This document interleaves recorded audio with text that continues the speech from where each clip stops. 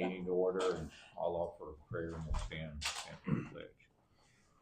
Lord, thank you for this beautiful summer morning. We're just grateful for the blessings that you continue to provide us, and Lord, may we never take those for granted. And one of those that I think about this morning is the freedoms we enjoy as citizens of this country. And I just pray that all of our leaders, whether it's at the nation's capital, whether it's the state capitol, or here at the courthouse, that we continue to seek your wisdom and your direction for all the issues that we're confronted with today, and may the decisions we make, Lord, always bring honor and glory to your name.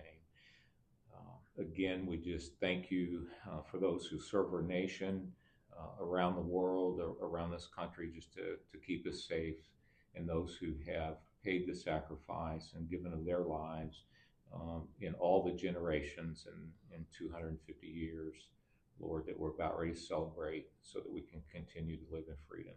And Lord, may we find favor from you if we're obedient to your will. And Lord, we just ask that you continue to be with us in this meeting. We just love you and we thank you in Jesus' name. Amen. Amen. I pledge allegiance to the flag of the United States of America and to the republic for which it stands, one nation, under God, indivisible, with liberty and justice for all. May be seated. Okay, we have minutes for June 16th. I'll make a motion to approve the June 16th minutes. I will second that. Any further discussion? All in favor say aye. Aye. Aye. Minutes approved. All right. Well, we will go to item number 2, LEPC budget amendment.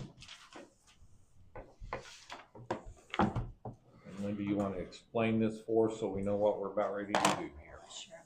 And is this isn't the amendment here? Yes. This is the amendment here. Okay, it just looks like a budget sheet, so I wasn't sure. It is. Okay. All right. So they budgeted to receive 1 grant in the 26 year, and they've actually received 2 grants now. Therefore, they would want the privilege of being able to spend their money of the second grant, and this gives them the ability to, with the amendment of the budget, for new monies. Okay. And that would impact their budget to the positive, and that would help them cover expenditures for the remainder of the year. Okay. I would support that. Yeah, it's coming in as new monies. Yeah.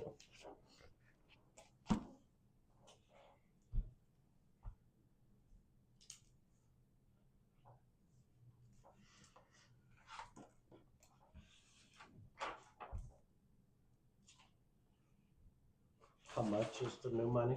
It's on the back page. It's on the back. It's like 5,000. The 2 grants are circled. One was 4,000 something, one was 5. And it's my understanding that David has been working diligently to secure some of those additional funds through different grants. Okay, if you had a chance to review it, I would entertain a motion. Motion, go ahead and amend and approve the new money coming in. I'll second it. A motion second to approve the amended budget for LEPC. Any further discussion? Seeing none, all in favor say aye. Aye. Aye. All opposed, same sign. Amendment approved.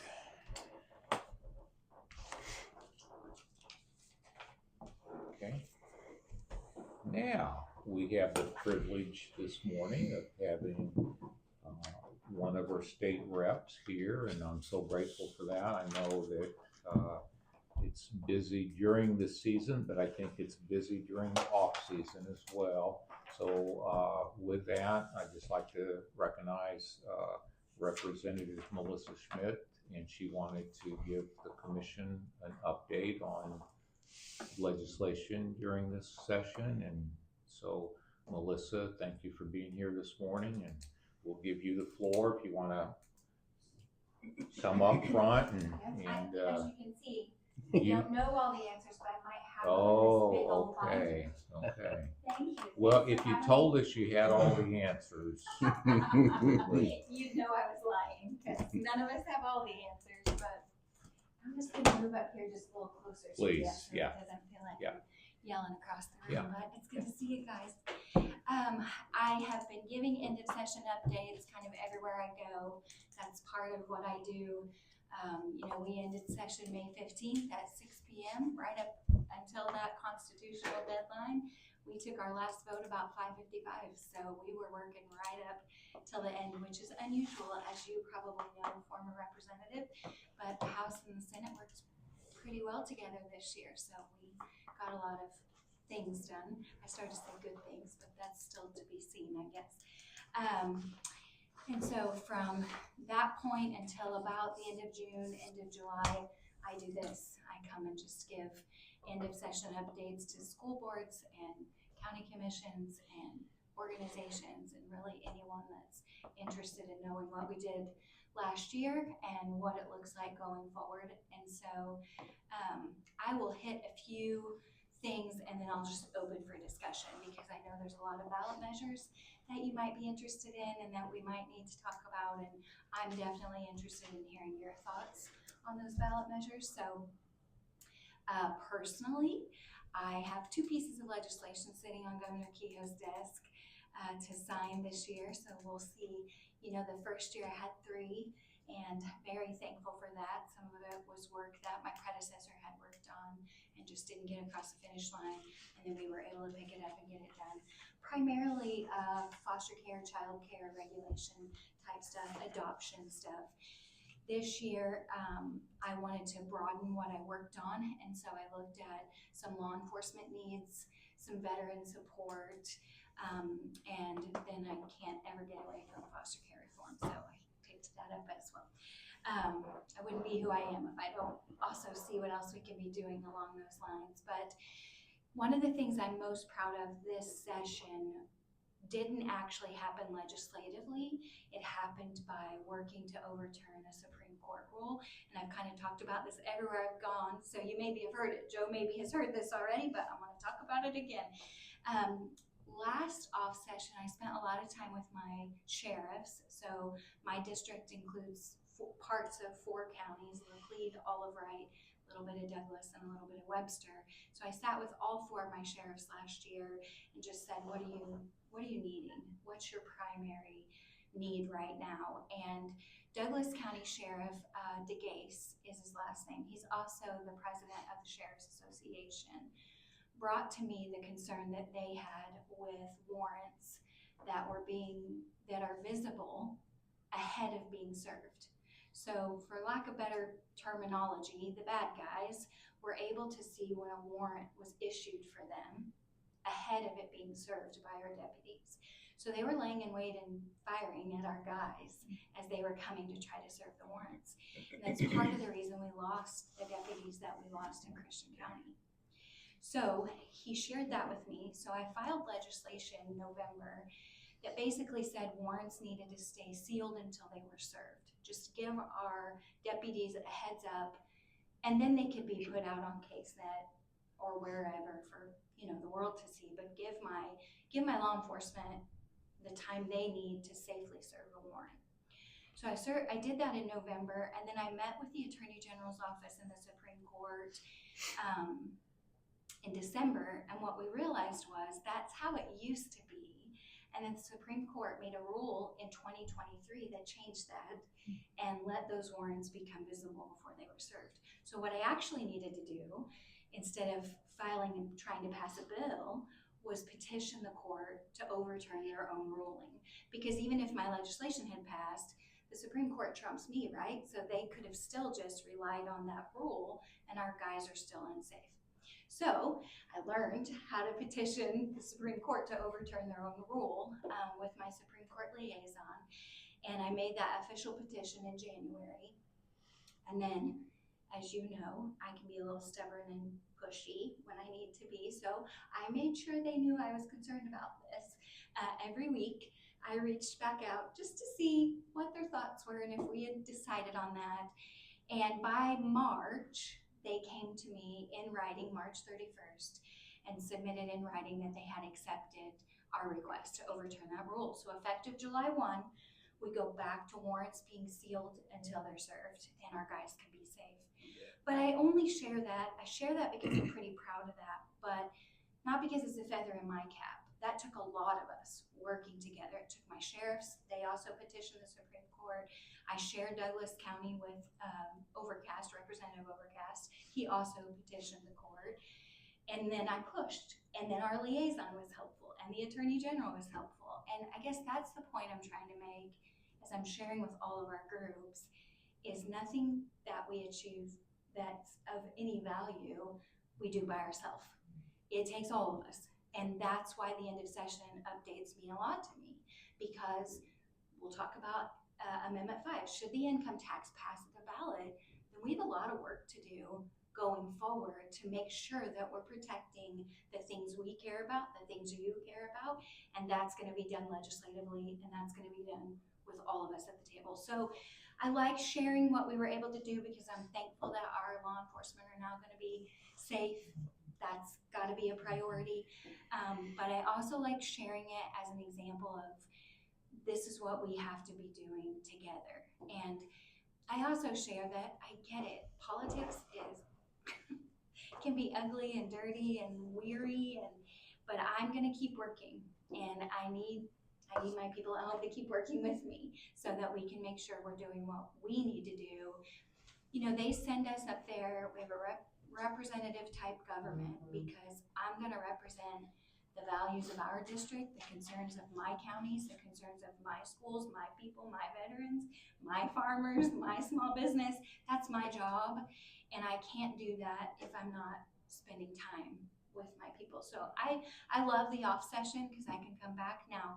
Some of you hear from me even when I'm in session, right, Randy? I call Randy often, or I text Joe, or I make sure that I'm reaching out.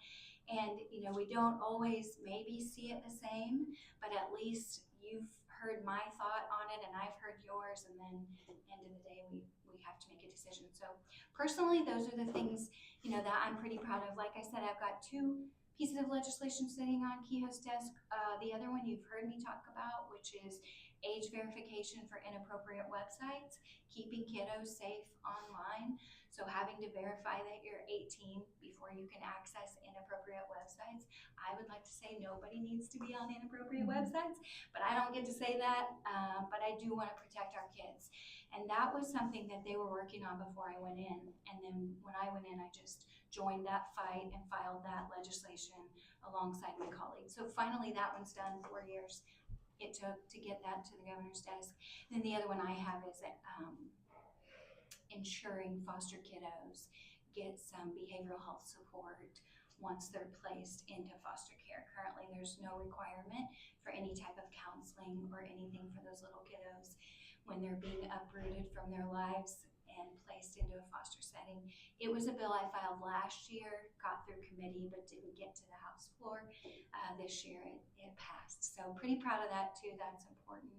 Going forward, of course, we're going to be looking at tax reform. Whatever happens on the ballot, whether that income tax proposal passes or doesn't pass, we've got tax reform work to do. And if you know Melissa Schmidt very well, taxes are my least favorite conversation, but again, it's my job to learn as much as I can about it and stay connected and do what I can for home. And then we'll be picking up more veteran support and just making sure that we're doing what we can for veterans. That's what I'll be doing personally. My committee assignments, of course, the last 2 years, health and mental health education, which will continue to be a priority for me, making sure every Missouri kid gets solid education. And then I'm also on health and mental health education, children and families. I've asked our future speaker if he would broaden that a little bit for me. I'd like to have a voice in our budget. And so having a seat on the budget or near the budget is something I've asked for next year, because those will change next year too. So I could talk all day because we got a lot, but I would rather hear from you all and kind of what's on your mind and answer questions if I can. If I can't, I'll write that down and come back to you with what I find out. So I just appreciate you all. You know that. I try to voice that as often as I can. All right, you're up. What's on your mind? I don't really have much myself as far as that. I mean, we do appreciate the work and stuff that you do, and you know that. And like you've said, we've been in several other places where things are going on, and we visited and gone over some stuff. So Yeah. I'm pretty well content for right now until see what other things happen. See what happens. Of course, the ballot, we're gonna see Amendment 5, which is income tax elimination proposal. We're gonna see Amendment 4, which is initiative petition reform. These are August ballot measures. Amendment 1 doesn't really apply to us. That's, not really centered around us. That's more Jackson County. And I have to talk about this everywhere we go, but in November, you're gonna see 3. And we've got to reform Amendment 3. So, if we had accomplished initiative petition reform ahead of time, we wouldn't be dealing with what we're dealing with, abortion being legalized in our Constitution right now. Probably also wouldn't be dealing with marijuana in our Constitution. Some of the other things that I don't love, had we successfully reformed initiative petition prior, probably wouldn't be dealing with those things, but we're behind the ball on that.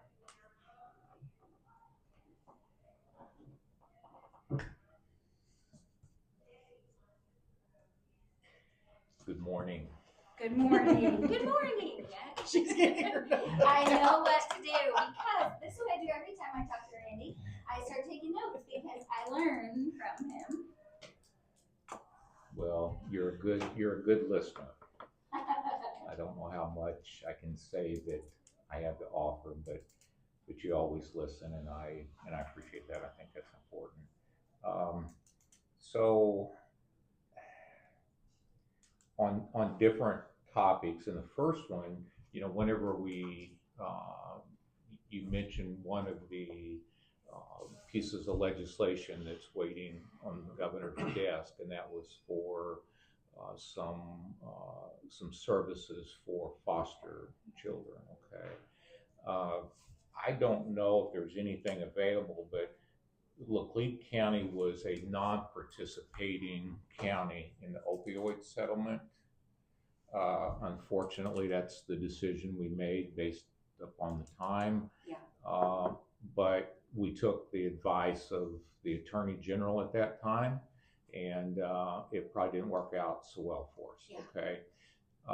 But having said that, one of the hopes was that there would be opportunities for different organizations to draw from the monies that they would offer in grants. I don't know if there's any grants available out there for that type of service that you would like to provide, but I would wonder if some of the foster families had been impacted by opioid, and if there's monies available through the grant process that could help some of those organizations. I've never seen any media reports of any grants that have resulted from those opioid settlements. But it was my understanding the state was getting a pretty good slice of that money. Yep. And I don't know where it's going. So I could talk about foster care reform all day and budget. So you kind of brought to my mind a couple of things that I missed that I would like to share with you. So the opioid settlement dollars, I was disappointed that Laclede didn't buy into that because, like I said, I have 4 counties, and my others were able to do that, and I was able to see, the way they were using those dollars. So that was disappointing to me as well. I work closely with our foster support programs in all my counties, including Foster Adopt Connect and Live to Give that we have here. Part of what I'll be doing in the off session is a task force that Governor Kehoe's office I've petitioned since I walked in the Capitol for him to put together and let me kind of head up, and getting very close to getting a yes on that. Pushy and stubborn, but 2 years in. But a lot of it is centered around reform of the program itself. When we choose to remove kiddos, when we put them back with families, when we sever rights, all of those things, how we can best support caseworkers. But finding dollars for programs is also something that I've really been looking hard at. And also, how can we offset the dollars we're already spending in our budget? So the Department of Social Services is one of the highest parts of our state budget, simply because we have so many kids in care and so many families on services because they're not in the workforce. I forgot to mention my biggest bill that I carried that I will pick back up next year. It was called Inspire Missouri, similar to what Florida passed, and you may or may not be super familiar with it. I wasn't either till I researched. Theirs was called Hope Florida. And basically what it did was put into partnership local organizations like our Live to Give and our Great Food Banks with our state government, with the goal to eventually move toward folks who are in need being referred first to those organizations and the organizations that put people back in the workforce before they are placed on SNAP, Medicaid, those other type of things. Not that we don't want to meet the needs of people who are in need, but how can we do that locally first? And if we can't then get them back into the workforce and they can't get their needs met with local organizations, then we can, come in at the state level. So instead of instead of the state being the first resort, let's see what we can do locally. Let's see if we can help get people back. So the results of that in Florida in the first year was $108 billion back into their budget. That's how much they saved. And 7,000 kids out of foster care. Those are huge numbers in 1 year of a new program. So there's a lot of moving parts there, all to say, there's a lot of moving parts. Yes, there are some dollars available, they're trickling through, but back to our budget, the budget is tight and it's only going to be tighter going forward. We know those, federal dollars, those COVID relief dollars are gone. We're back to pre-COVID budget and having to make sure that we provide a balanced budget while we also provide the needs of our constituents. That's a challenge. That is what has inspired the tax reform conversation. And whether you agree with the way they are proposing to do it or you don't, I think what we all need to agree on is we have to reform the way that the state's taking in dollars. I've tried to learn a lot since last July. I went to a conference in Texas because, like I said, tax is not my wheelhouse and not my favorite conversation, but I understand that we need them. I care about my people and I want to make sure fire truck comes when I call 911. I say that all the time. So I've made myself learn, and what I've learned is 38% of Missourians are carrying the tax load right now. That's not sustainable. By 2030 there will be more people retired than working, so again, not sustainable. So we have to come up with a different type of taxing system. While this may or may not be it, right?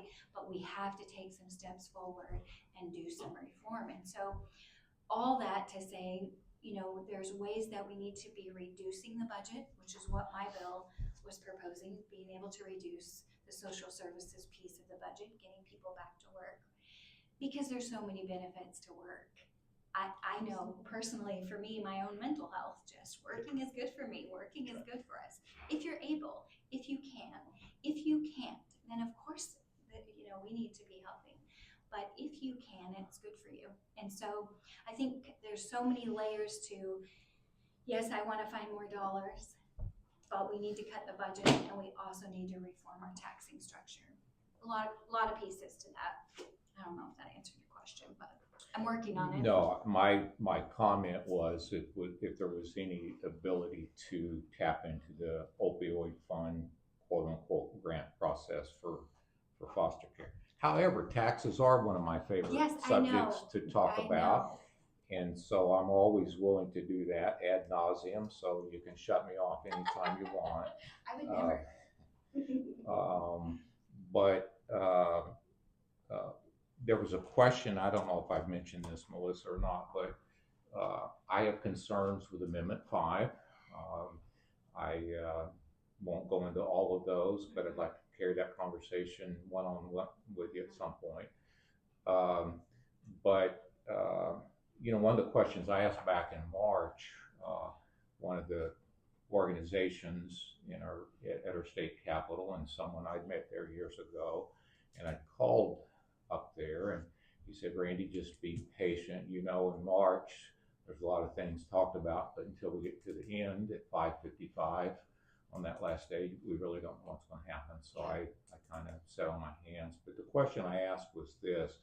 I said, if Missouri had no exemptions to our current sales tax, what would be the revenue that would be generated from no exemptions to our current tax policy? Well, Randy, I can't tell you that because in 2002, the Department of Revenue was asked to stop collecting that information. He said we could probably back into it by looking at all the numbers available, and we could probably get pretty close. So one of the things on Amendment 5 that strikes me is that it will likely fail. I'll be on record as saying it will fail. So I hope we do take a renewed approach about how we go forward with Amendment 5 or something similar with more input from the county level. Okay. So that kind of a segue into the county aspect. We all know that for whatever reasons, voters here in Laclede County have turned down the use tax 4 times.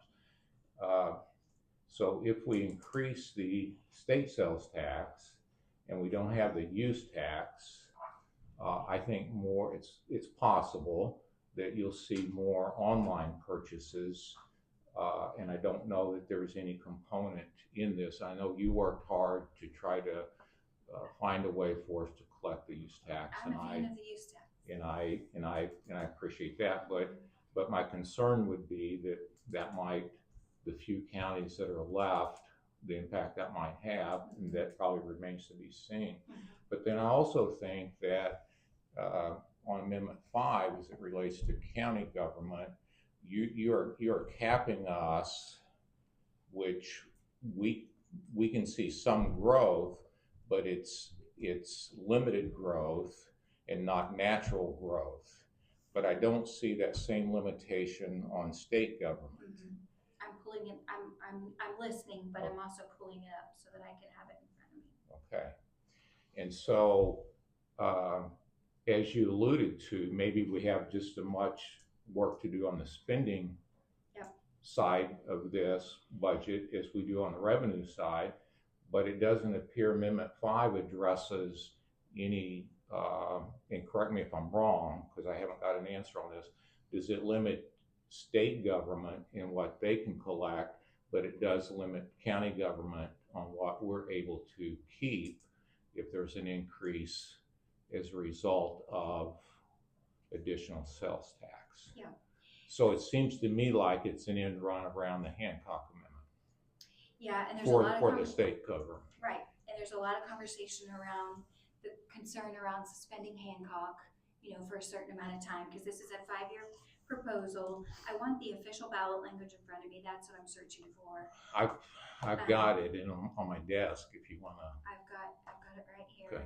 Because I knew that's what I refer back to when we're talking about you all and what's going to happen locally, is how I want to see that's exactly written in that ballot language. Because I agree with you. I feel like we've put that limitation on the county government. I think what the limitation and the cap is going to be on the state government is yet to be seen. And so if that makes sense, I think should it pass the ballot, then we all know going forward legislatively, then we have work to do. And that's why it's important to me that we sit down and we're able to, I said this to my small business group last week because they have some concerns about how it would affect small businesses should it pass. That's when we need to sit down, and I need to draft legislation that protects my small businesses. That's when we need to sit down. But all that to say, I'm gonna go to this ballot real quick if you have time for me to do that. Because the official ballot language, shall the Missouri Constitution be amended to phase out the individual income tax based on revenue growth? So it has to be revenue neutral, has to move at the same time. That's the proposal. Reduce personal property and other local taxes when local revenues increase. So I think their thought is, and you help me because you're much more versed in this than I am, that as you cannot gain a windfall is what I'm understanding. So as it goes, you also have to adjust, because the idea is to broaden the tax base, but also give some relief to tax-paying Missourians. That's the way I understand it. Modify the sales and use tax to eliminate income tax and reduce local taxes, and protect local funding for public schools and other purposes, of course, because the constitutional mandate to fund public education. So we can't ever do anything that doesn't do that. So that's the actual ballot language. So if we're modifying, that's a lot of loose terms. I like very specific. What do you mean we're modifying sales tax and use tax? I've asked your use tax question myself, because I would like, and people might kill me for this, but that's fine. They're gonna kill me for something. I would like a statewide use tax. That is something that I've said from the get-go, because most of our counties are already doing it, and I know how beneficial it could be. So in that conversation, when I ask that question, what I'm told from the experts is that this essentially could move you toward that, because you have the option as to how you're going to make that neutrality of taxes. So it would be back to you to decide. You can't have the windfall, so it's up to you as to how you level out taxes. Does that make sense? Well, I was listening. A lot of it doesn't make sense to Right. me, okay? My approach might be different, but that's just, The answer I also got, as I'm remembering now, is that this really just gives more control back to the local actually, as to how, but you may feel like it gives less. yeah, it actually gives us less control, because we're not looking, I don't think county governments, I heard a reporter the other day that hosts a statewide show, and he says, all local government, they never have the money, they always want more money, so we were portrayed as being greedy. Local governments, he didn't say any local government in particular, he just grouped this all together. Well, here in Laclede County, as you well know, we work on 1 and 316, and as our cost of doing business increases, just like a small business owner, it takes more for us just to be revenue neutral. Okay, so we do a very good job at this table of looking after the tax dollars for people in Laclede County and stretching those to the best of our ability. But what you're saying is, not you, but what Amendment is saying, Amendment 5 is saying to me is that you're going to have a finite number of dollars. You can increase maybe 3% a year if I'm looking at the math right. And this year we're running at a little over 7% increase in sales tax revenue for Laclede County. So if this were to pass today, it'd be my understanding, I'm probably wrong, I need somebody to explain it to me, then what I'd be hearing is we would be giving back 4% of that increase and it would do that either through reducing our sales tax rate, or we could reduce personal property tax. There's mechanisms in there that are stated, but you'd be capping us. And then how could I keep up with the cost of insurance, or the cost of fuel? Our employees here are very dedicated serving the public. County government typically is not the highest paying jobs in our county, but we have good benefits and we have many loyal, dedicated coworkers. But with that cap, then what we're doing is we're essentially saying to local government that you're gonna grow at 3%. Now maybe those gross dollars in growth will help you offset this, but it comes back to my illustration that it's 7%. It looks to me like, and I'm probably wrong, but it looks to me like then we would be giving back 4% of our increase, and then how am I gonna pay for our work comp and our liability and utilities and all of that. So I won't dwell on that. I would like to have a one-on-one conversation with you at some point, because should it pass, I think it would be good that county commissions have a seat at your table and around the state. And oftentimes there's a disconnect. What I've experienced with the legislature, not Melissa, but with the legislature, there is a disconnect between state government and county government. And somehow we have to work together. And I need to stress that I can't have it my way all the time, but I think we're here at the grassroots level, and we're not asking for a lot, but we do want to be able to answer that 911 call. We do want to be able to take care of some of these county roads. We do want to treat our coworkers with the greatest ability that we can, so we can keep them, so we can provide those essential services. So I'll get off my soapbox I appreciate your soapbox because I learned from it. And as I'm looking, at the exact language in the bill, that's what I'd like to do, is sit down with a printed copy of the exact language, and you and whomever else would like to sit and go through exactly what it says in regard to rolling back levies and those sales tax caps, and making sure I understand it and you understand it. That way, like I said, should it pass, I've got work to do. Because I say it all the time, I'm a voice from here, there, and I'm a voice from there back, but I'm also a bridge. And I recognize exactly what you've said, is that there is a disconnect from the state to the local governments. There's a disconnect from the state to the school boards. There's a disconnect all the way around, and I could give all kinds of opinions as to why, but that doesn't do me any good. I have to be the bridge, and even if I'm the only one bridging, I express to my colleagues what I hear when I come home. Here's what my commissioner says. Here's what my superintendent thinks. Again, not that we're going to necessarily agree, but I have to hear it, and you have to hear what I'm hearing there, because to go back to the point of that local governments are greedy, or that you would be greedy. I hate those kind of blanket statements. What I know is that you have a job to do, and you're charged with making sure that our budget here balances and that things are taken care of and our employees are taken care of. Laclede County does that very well. I brag about Laclede everywhere I go. One of the first times I sat with Joe after we were both of us elected, he handed me the binder of the Laclede County budget. It's right there in black and white. You can see that is not true across the state. I will assure you.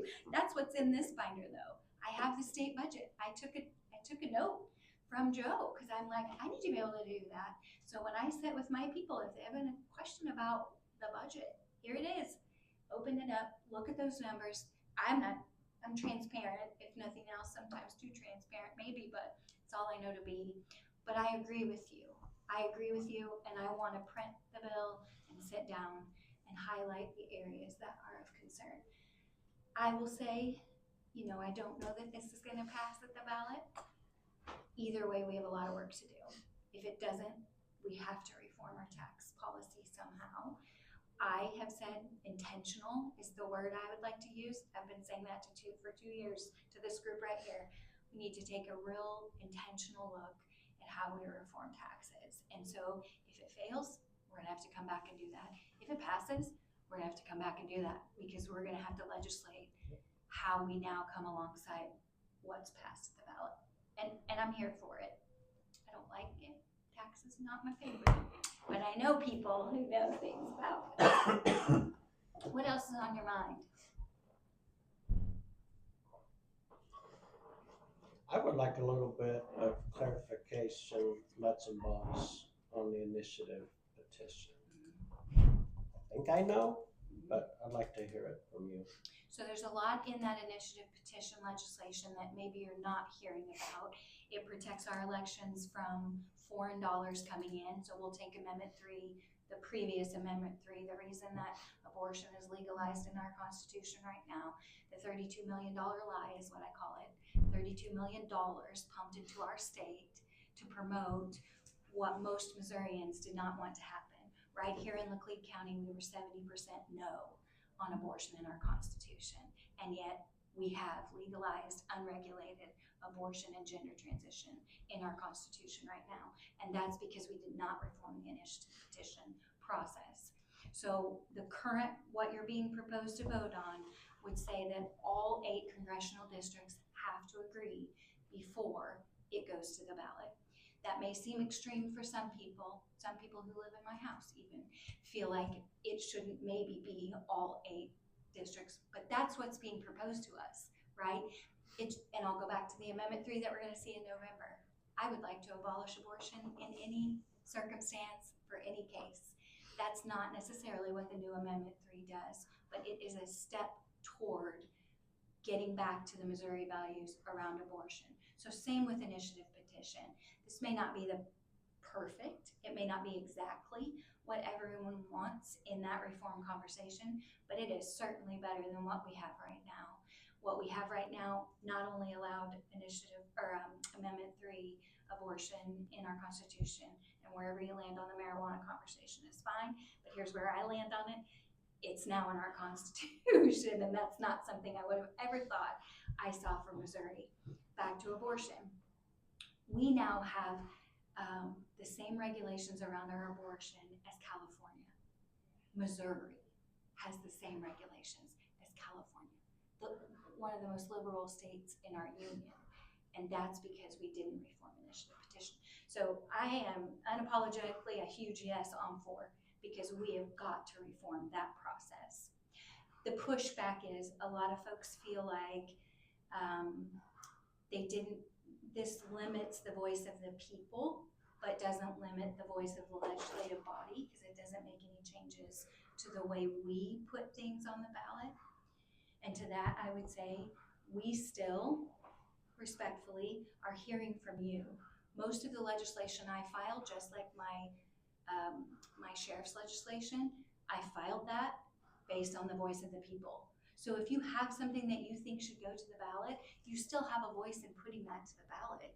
You come to your representative, we run that through, we draft it, it's vetted, it goes through committee hearing after committee hearing, it goes to the Senate, fiscal notes, everything. It's a tighter vetting process for what's actually going to our ballot, rather than this initiative petition process that we have right now.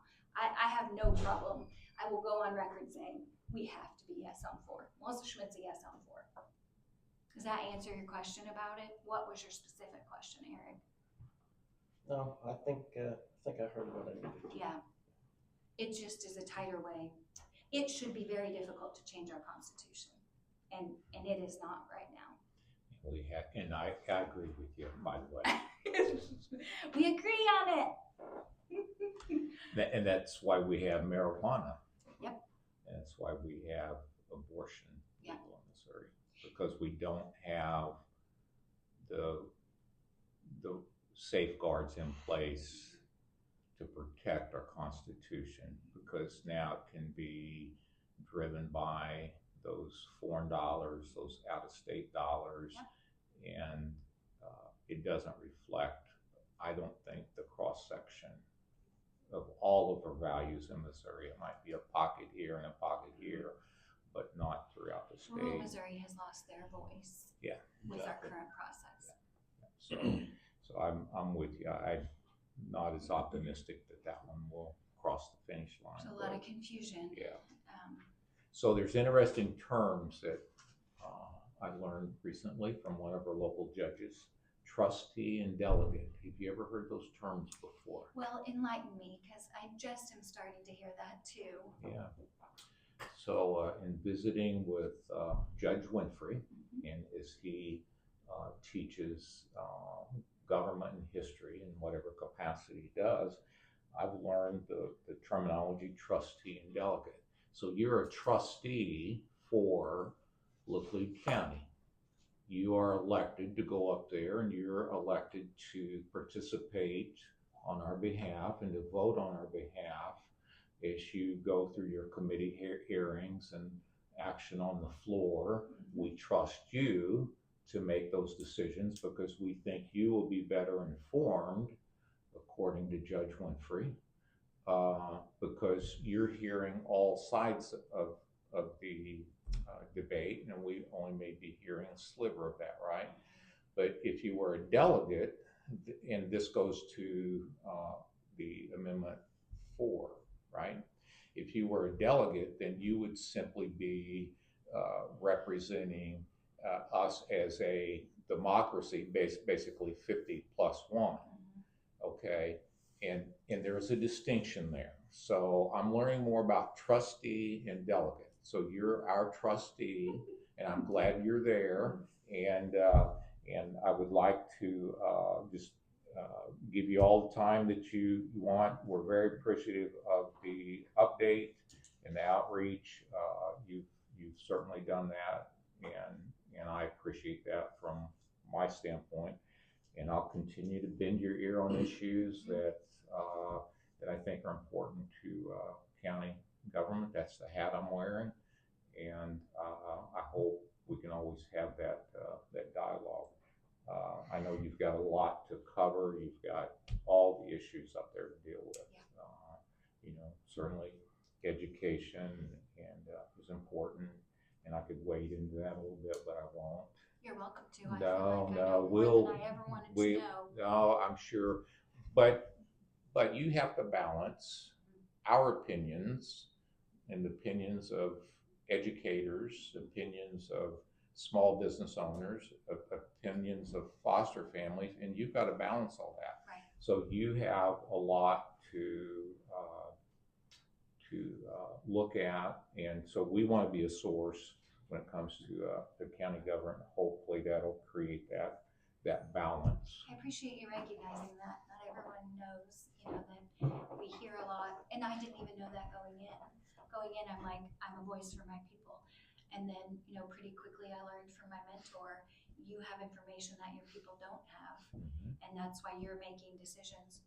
But that expanded my job, though, to make sure that you know why I'm making those decisions. This was the additional information that I got in committee, or the additional information I got from my budget chair, my poor budget chair. I don't serve on budget, but I had him in my office quite a bit because I had a lot of questions, especially around education dollars. And so I got a lot of good answers, but my job is then to bring that back to you so that you know why I make some of the decisions I make. And that's the other thing I just ask of people.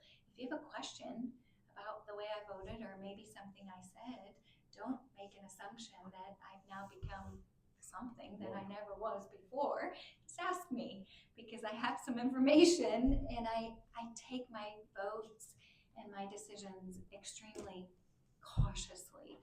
You've heard me say, I pray over them, I research them, I ask a million questions, and then I take the very best vote I can. Sometimes sick to my stomach, I take that vote. Yep.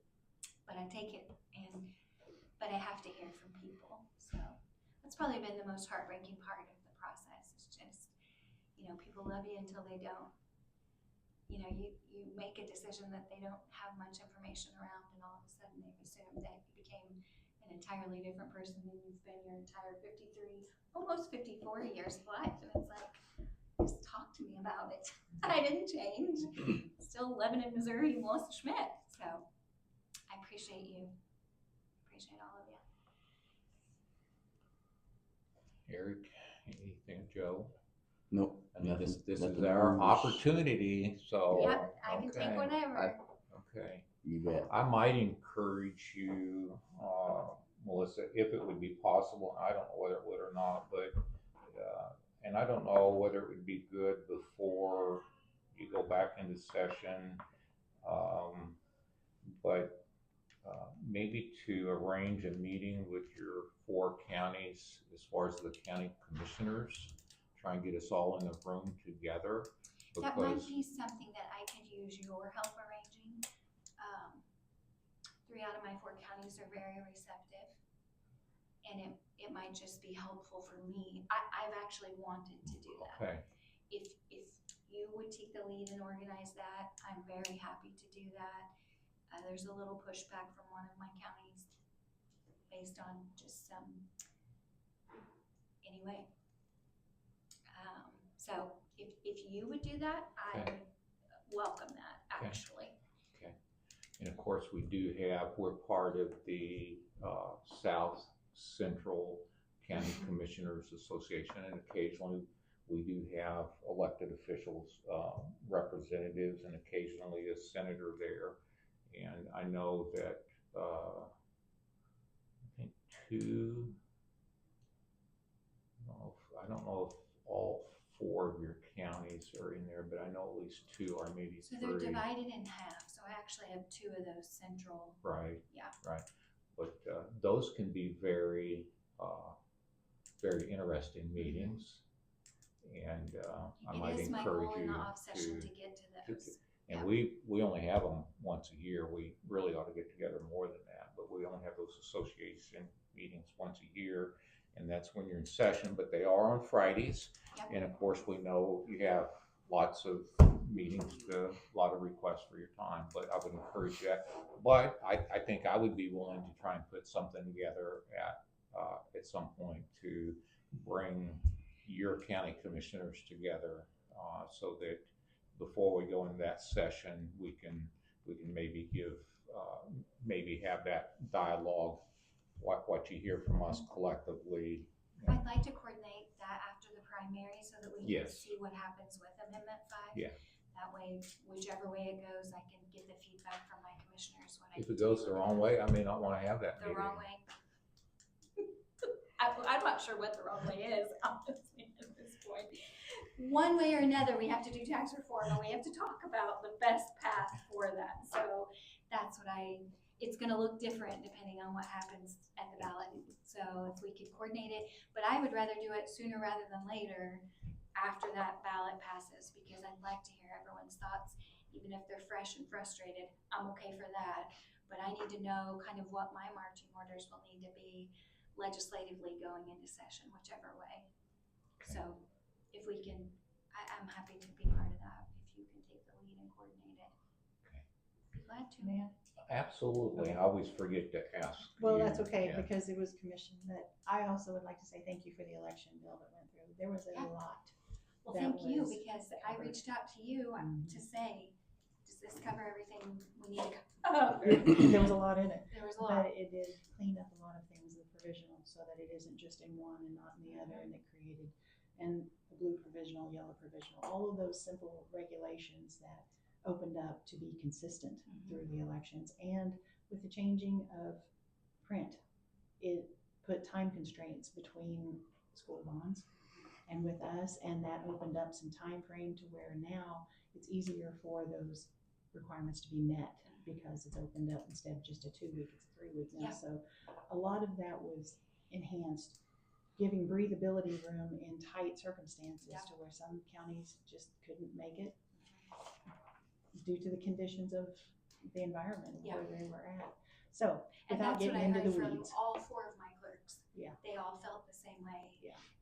And I'm just so thankful that I could reach out and ask you, because that is a lot of information that I know very little about, but I know a gal who knows a lot about it, so. And we didn't have that trouble here, to the newspaper in the back. We didn't have We any didn't have that trouble. trouble here. We didn't have it here, but just because it didn't have trouble here doesn't mean that I don't understand that there was some issues somewhere else, and it was real. They couldn't do anything about it. You know, so. and that's a lot of the legislation that I see. It really does not pertain to what we're doing right here, because my opinion is the best district in the state, and we're really tightly handling things, but that's not true of our entire state, and we have to look at what's happening in other regions. So, yeah, I think it really definitely There was was a happening lot in other passed, and places. I appreciate your support. Yeah, thank you for your help, though. I appreciate it. Thank you, appreciate you all. And I appreciate the newspaper in the back. Local media is important. Yeah. We don't want to ever take that for granted, but we sure, as a culture, rely on the extreme the other way, Yeah. social media. Yes. And, We have to do yeah, accurate. so it's local, it's important we have local media to report local news. And Well, I have a special attachment to Jack Silberberg. I had him in preschool, helped him write his name. oh, I did. Taught him how to Really? tie his shoe, write his Yeah, name. yeah. That can might- we right see there. if you can write your name? Just look at how well he ties his shoes. He's a double knot. He's not going anywhere. I take full credit. Yeah, I probably taught the double knot. But Jack also visited me at the Capitol, so he did his You due bet. diligence coming to our state's Capitol and Yeah. sat in committee hearings, and yeah, he's doing a good job for Yeah. us. So Yes, he proud is. of him. I'm gonna take credit. Well, Melissa, do you have anything else for us? No, just the connection is the important part, making sure we're communicating. I don't make assumptions on your behalf, and I know you don't make assumptions on mine. We just have to talk to each other, make sure that I know what the county needs and the way I can best represent the county. And the trustee part, I appreciate the trust piece of it. I trust you all. I can, easily say, I know what my Laclede County folks are doing, and I trust them. They genuinely care about the people, and I do too. So we can always come to the table and agree on that. We gotta do what's best for our people. Anything else I could be doing at this point? Melissa, thank you very Thank you. much. I know you have time constraints I do. and you have a lot to balance, so we appreciate what you're doing for us, but what you're doing for the state and all the balls that you're juggling and trying to keep everything working together. So I would like to Thank do you. a follow-up appointment if we can get on the calendar to sit with the printed bill and really go through that together. sure, I would appreciate it for sure, my own edification if you sure. can do it. So I'll reach out to one of you. We can look at our calendars and see. Sounds good. Mr. Schmidt sent pins, so there you go. You Thank bet. you. Appreciate you. Thank you. Okay. Thank you. Thank Thanks, you, Joe. Melissa. Thank you. You bet. Thanks, buddy. Tell that sweet wife hello, and you. You bet.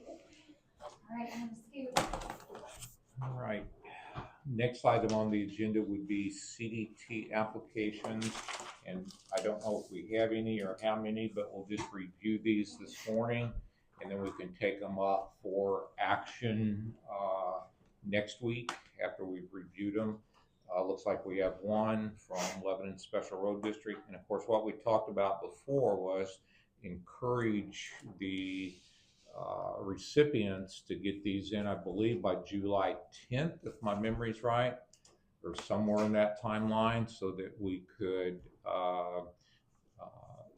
if the funds are available, that we can get those distributed so that they can put them to use in their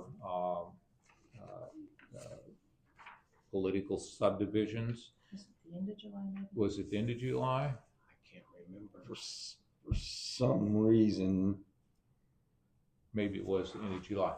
And we've only had one, and they've been out a couple of weeks already. And of course, some of them only have meetings probably once right.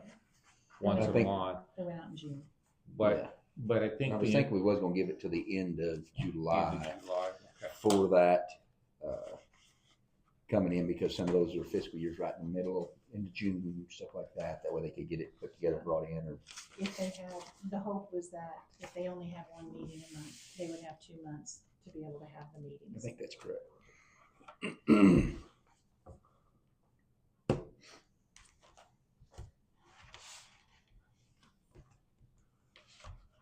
And I think the idea would be to review those, and if we had any questions, we could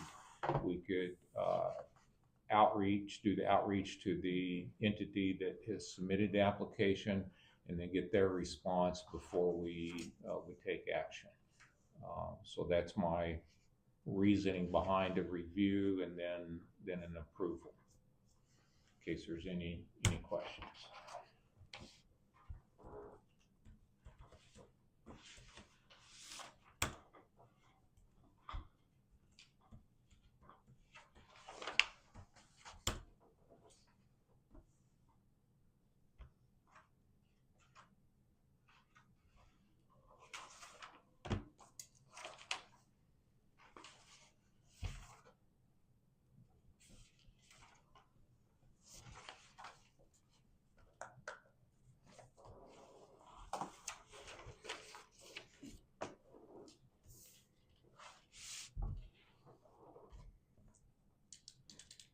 there's no questions on this one, then I'll put it on next week's agenda for an action item.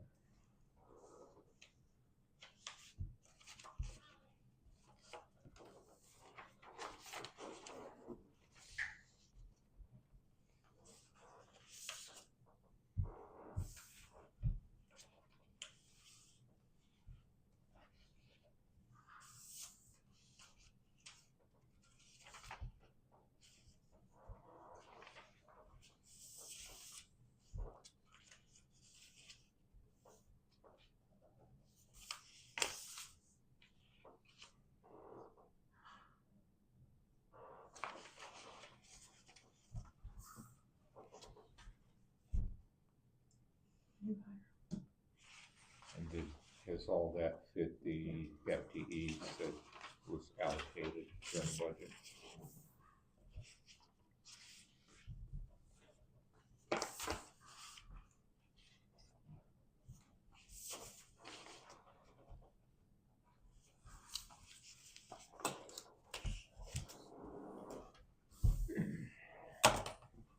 Any questions on the CDT application for Special Road District 1? Not saying anything right now. Okay, I'll make sure that gets on next week's agenda then.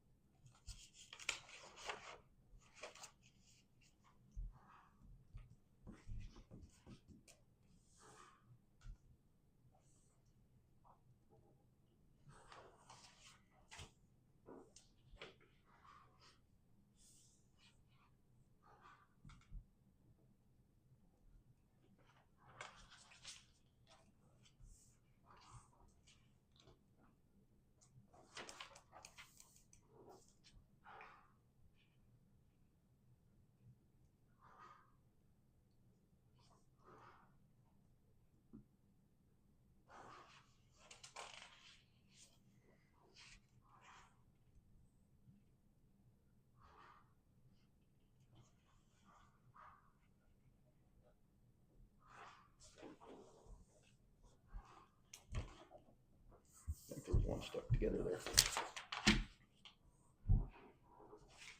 Why am I getting this one? I gotta sign that. It's probably because I hadn't signed off on it or something. It's just in the file. Gotcha.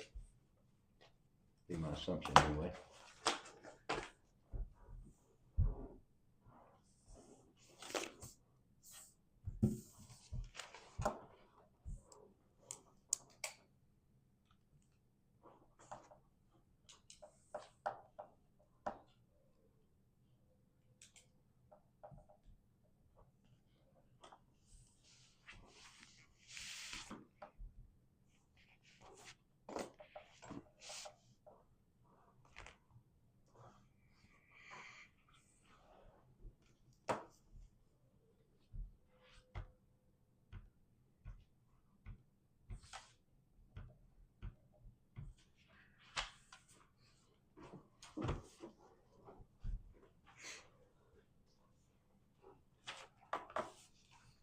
Okay, now we'll be in general county business.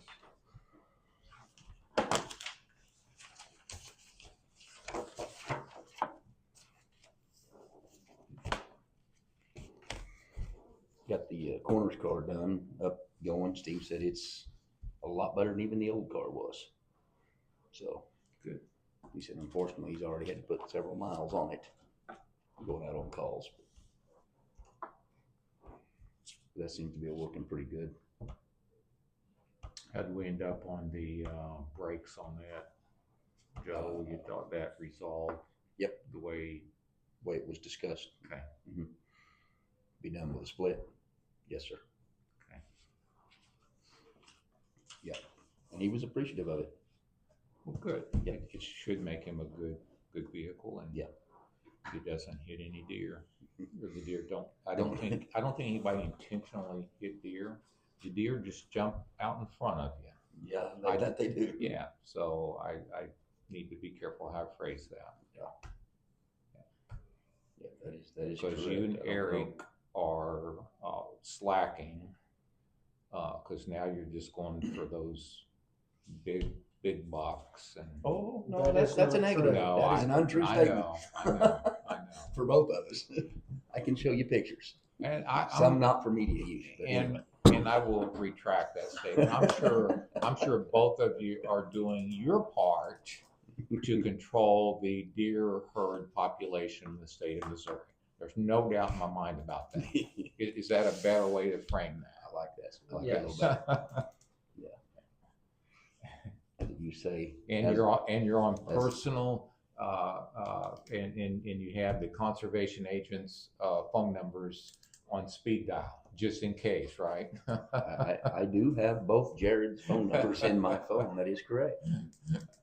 Yes. So, Okay, general county business. Okay.